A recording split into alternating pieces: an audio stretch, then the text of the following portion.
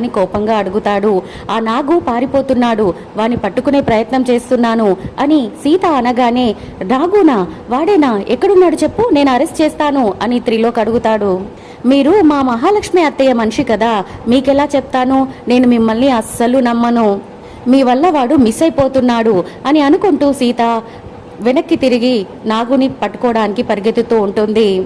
ఈ నాగుగాడు బయటికి ఎందుకు వచ్చాడు, ఇప్పుడు కనుక వీడు ఈ సీతకు దొరికాడు అంటే మహాలక్ష్మి మేడం ప్రమాదంలో పడుతుంది, ఈ విషయం వెంటనే మహాలక్ష్మి మేడంకి చెప్పాలి అని త్రిలోక్ మహాలక్ష్మికి పదే పదే ఫోన్ చేస్తూనే ఉంటాడు. కానీ అక్కడ మహాలక్ష్మి హోలీ వేడుకల్లో బిజీగా ఉండడం వల్ల త్రిలోక్ ఫోన్ని తను చూడదు.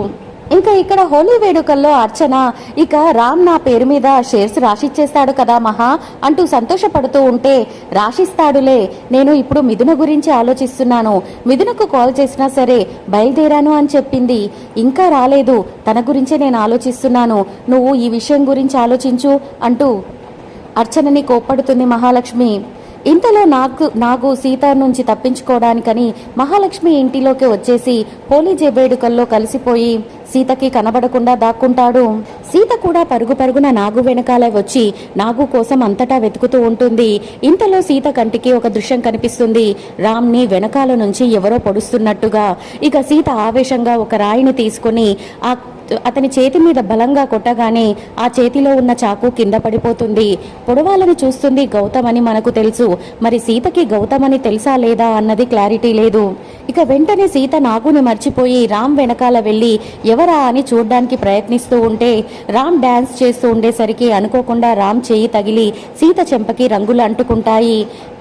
దాంతో సీత చాలా ఆనందపడుతూ సంబరపడుతూ నాగు విషయం మర్చిపోయి అలాగే రామ్ను చూస్తూ నిలబడుతుంది. రామ్ కూడా సీతను చూసేసి, సీత నిజంగా నువ్వేనా, నువ్వొచ్చావా అని సంబరంగా తనకి రంగులు రూస్తే సీత కూడా రామ్కి రంగులు పూస్తుంది. ఇదంతా చూసిన మహాలక్ష్మి ఓర్వలేక అక్కడికి వచ్చి, నిన్నెవరు పిలిచారు అని కోపంగా అడుగుతుంది. సీతను ఒకరు పిలిచేదేంటి పిన్ని, తను ఎప్పుడైనా సరే ఈ వేడుకలకు రావచ్చు అని రామ్ సపోర్ట్ చేయగానే సీత చాలా సంతోషపడిపోతుంది. అయినా నేను ఈ వేడుకల సంతోషం కోసం ఏం రాలేదులేండి, ఆ నాగుగాడు నా దగ్గర నుంచి తప్పించుకొని ఇక్కడికి వచ్చాడు, వాణ్ణి వెంబడిస్తూ నేను ఇక్కడికి వచ్చాను అని సీత అనగానే మహాలక్ష్మి అర్చన ఇద్దరి ఫ్యూజులు ఎగిరిపోతాయి. ఎలాగైనా సీతని అక్కడి నుంచి పంపించేయాలని, ఏంటి కొత్త నాటకం ఆడుతూ ఇక్కడికి వచ్చావా, నువ్వు అలాగే వస్తే మేము రానివ్వము అని నాగు వచ్చాడు, వాడొచ్చాడు, వీడొచ్చాని అని అబద్ధాలు చెప్తూ ఇంట్లోకి వచ్చేస్తావా, నీకింక వేరే పనేమీ లేదా అని మహాలక్ష్మి అర్చన ఇద్దరు కూడా ఎగబడుతూ ఉంటే, పిన్ని నాగు వచ్చాడు అని అంటుంది కదా, చూస్తే సరిపోతుంది, దానికెందుకో అంత గొడవ అని రామంటాడు. అంతే కదా చెల్లాయ్, సీత అసలు అబద్ధమే చెప్పదు, వాడిక్కడికి వచ్చాడు అంటే ఇక్కడ ఎక్కడైనా దాక్కున్నాడేమో, ఒకసారి వెతికితే అయిపోతుంది, పదండి తలా ఒకవైపు వెళ్ళి వెతుకుదాం అని చలపతి అంటాడు. అందరూ కూడా ఇంట్లో హాల్లోకి వెళ్లి చూసేసరికి అక్కడ నాగు కనిపించడు. ఇక్కడెవరూ కనిపించడం లేదు కదా, ఇక వెళ్ళు అని మహాలక్ష్మి సీతను తరమాలని చూస్తూ ఉంటే, ఇల్లు మొత్తం వెతుకుదాం, ఇంట్లోకి వచ్చిన వాడు హాల్లోనే ఉంటాడా, ఏ రూమ్లో అయినా దాక్కుని ఉంటాడు కదా అని సీత అంటుంది. అంటే ఇప్పుడు నీకోసమని మేము హోలీ సెలబ్రేషన్స్ అన్ని పాడు చేసుకుని ఇల్లంతా వెతకాలా అని మహాలక్ష్మి కోపడుతూ ఉంటే, నిజమే కదా పిన్ని, వచ్చినవాడు హాల్లోనే ఉండడు కదా, ఇంట్లో ఏ మూలైనా నక్కి ఉండొచ్చు, అతని వల్ల మనకు కూడా ప్రమాదం జరగొచ్చు కదా, అందుకే సీత చెప్పినట్టు అంతా వెళ్ళి వెతుకుదాం అని అందరినీ తలోక వైపు పంపించేస్తాడు. ఆ మాట వినగానే ఫస్ట్ అర్చన కంగారు వేసి వెంటనే తన రూమ్లోకి వెళ్తుంది. ఎందుకంటే ఇంతకుముందు నాగు వచ్చినప్పుడు కూడా తన రూమ్లోనే ఉన్నాడు కాబట్టి ఇప్పుడు కూడా అక్కడే ఉంటాడేమో అన్న గెస్ తోటి అర్చన ముందే వెళ్తుంది. తను వెళ్ళి చూడగానే నాగు అక్కడే బెడ్ వెనకాల దాక్కుని ఉంటాడు. ఏంటయ్యా నువ్వు ఇక్కడొచ్చి ఇలా దాక్కున్నావు, నువ్వు దొరికావంటే ఎంత ప్రమాదం తెలుసా, నువ్వు పారిపో అని అర్చన కంగారు పెడుతూ ఉంటే, ఎలా పారిపోను, అందరూ అక్కడే ఉన్నారు కదా అని నాగు అంటాడు. అదిగో అక్కడ ఇంకో దారి ఉంది, అటు నుంచి వెళ్ళు, అటువైపు ఎవరు మనుషులు కూడా లేరు, అందరూ ఇంట్లోకి వచ్చేశారు, వెళ్ళు వెళ్ళు అని అర్చన తొందర పెట్టేసరికి నాగు బయటికి వచ్చి పారిపోతాడు. ఇక నెక్స్ట్ ప్రోమోలో వచ్చి మిథున వేషంలో మహాలక్ష్మి ఇంటికి వెంటనే సీత వచ్చేస్తుంది. అక్కడ సీతకి నాగు ఫోన్ కనిపిస్తుంది.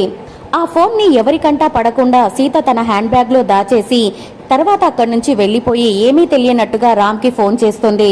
చాలా ఇంపార్టెంట్ విషయం మాట్లాడాలి, రామామా అని పిలవగానే రామ్ కూడా ఏమీ మాట్లాడకుండా సీతను కలవడానికి వచ్చేస్తాడు.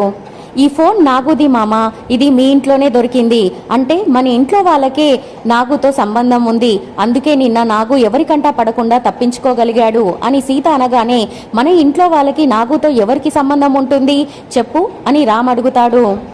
ఈ ఫోన్లో మన ఇంట్లో వాళ్ళ ఒకరి నెంబర్ నాగు డైల్ చేసి పెట్టాడు, తను ఎన్నోసార్లు ఆమెకి ఫోన్ చేశాడు అని సీత అనగానే ఎవరి నెంబర్ అని రామ్ అడుగుతాడు. అర్చన అత్తయ్య నెంబర్ అని సీత అనగానే రామ్ చాలా షాక్ అయిపోతాడు. ఆ ఫోన్ని తీసుకొని ఆ నెంబర్ని కన్ఫర్మ్ చేసుకుంటాడు.